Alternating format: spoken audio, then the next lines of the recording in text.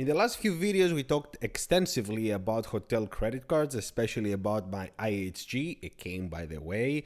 It's a beautiful, beautiful credit card, even though it's plastic. But the way we did those videos and run the numbers was very different from what we typically do. But let me explain.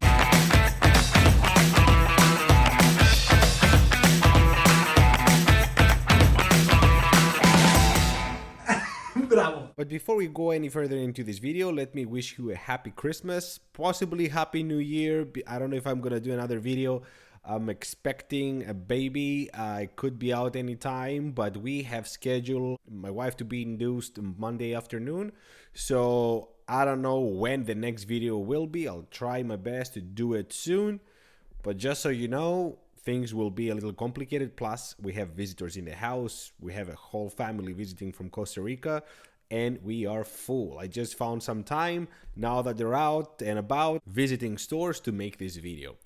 So the last videos, we said that the hotel credit cards, there's two ways to look at them: as a do-it-all credit card, use it for everyday expenses, or put it in the drawer and then just use it for the anniversary night or whenever you go to that hotel and do the spending inside the hotel with that credit card, because that's the best multipliers they offer. All the previous videos we did, though, we used these credit cards and we'd run the numbers as if it would be our only credit card, because we wanted to be subjective as much as possible and run it as an individual card.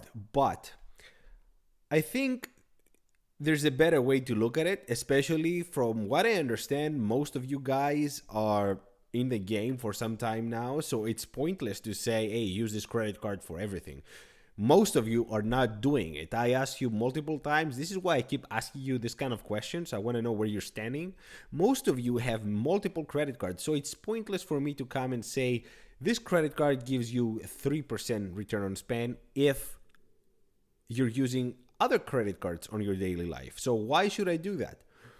We explored the hotel credit cards and we saw how the numbers change on the second and every year after if we only spend on the hotel and use it, keep it basically open for the anniversary night. We're looking at 100 and over % return on spend. And I wanted to do the same number with one of the credit cards I was looking. I'm looking at airline credit cards now.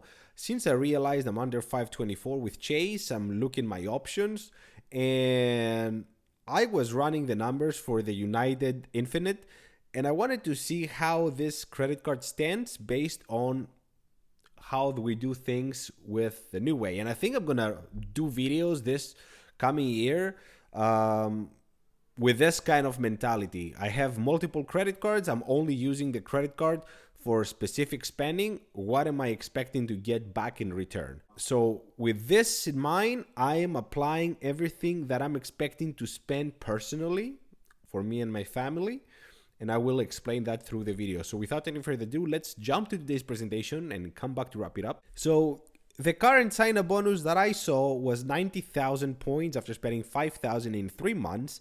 The credit card offers 2 checkbacks per person, up to 2 people, so 4 checkbacks, $100 TSA pre-global entry, credit, 25% off in-flight purchases, premier access, $75 IHG. That was ending 2022 when I last did this video, and it's now at 2024. I guess they keep renewing it. That's great. So for $75 for IHG, 10% off for coach flights paid through points. So if you pay with points, you're gonna get 10% discount. And with the memberships, you're getting the IHG Premier and the Avis President's Club. $120 I assigned for the DoorDash credit. So they give you 1 year with it. We assigned $120. So that's it. Lounge access, we're looking at United Clubs plus All-Star Alliance lounges, which is great. Keep in mind that all my last flights were Lufthansa, Aegean Airlines in Greece, Avianca lately for Costa Rica, because they have direct flights from Dallas International Airport here in Washington to San Jose, Costa Rica. So Avianca is part of Star Alliance. And it never clicked in my mind. I don't know how, but yes. So that's great. We're looking at multipliers of 4x for United, 2x on rental, hotels, all other travel, restaurants, 1x on everything else. The return on spend for the first year after hitting the sign-up bonus. So we're paying sign-up bonus, we're paying for the annual fee, and what we're left with is 32.3%. Now, let me explain the numbers a little bit here. I'm assigning $1,035 of credits, and by credits, I mean also suitcases. So for 2 people, 2 trips a year, 2 round trips, the suitcases alone are about $640. So I'm adding $640 plus the TSA, plus the $75 AHG, plus the DoorDash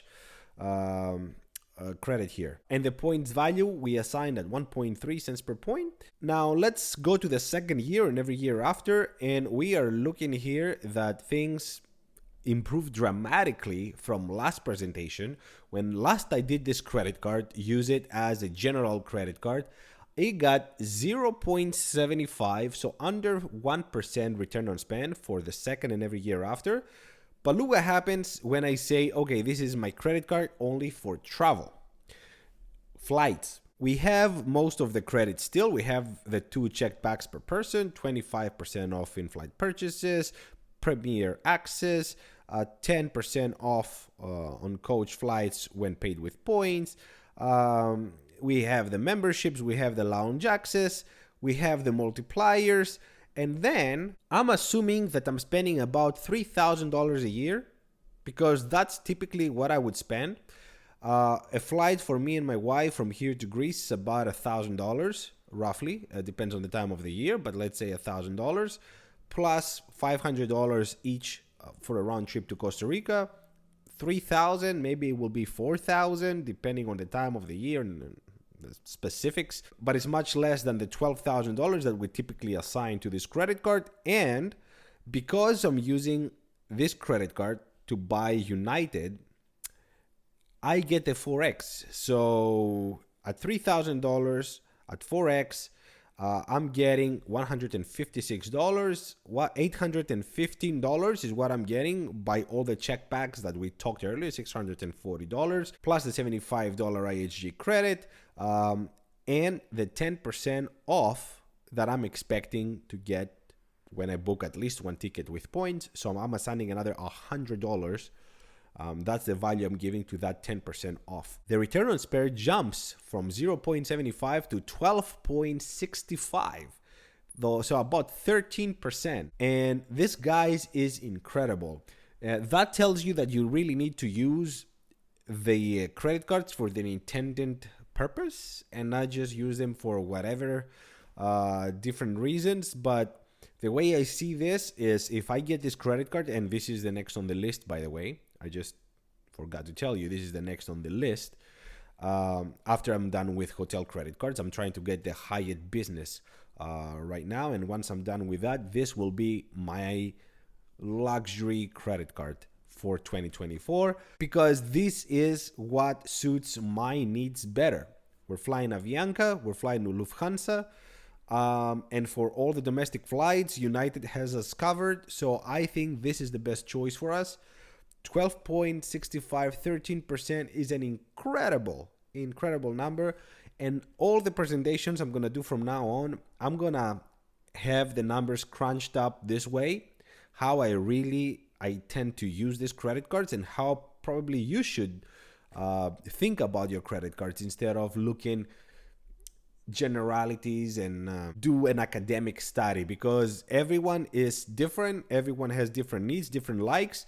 We said that many times with the hotel credit cards. If you don't like specific hotel chains, there's no need for me to tell you anything about the credit card. Same goes with airliners, but I like United, I like Lufthansa, I like Avianca. I'm taking all these flights anyway, so I might as well get this credit card and get something in return. The one thing I forgot to mention here is the 10,000 points that you're getting every year with this infinite card. It's 5,000 per flight twice a year. That's another $100 that I don't account for here, which means that these numbers are at the very worst what you see here. But that's all for today, guys. Let me know, how do you like this new way of looking at these credit cards and really assigning them and return on spend? Because I think this is a more realistic, especially for this audience. Thank you so much for watching. Merry Christmas, happy holidays. Until the next one, ciao.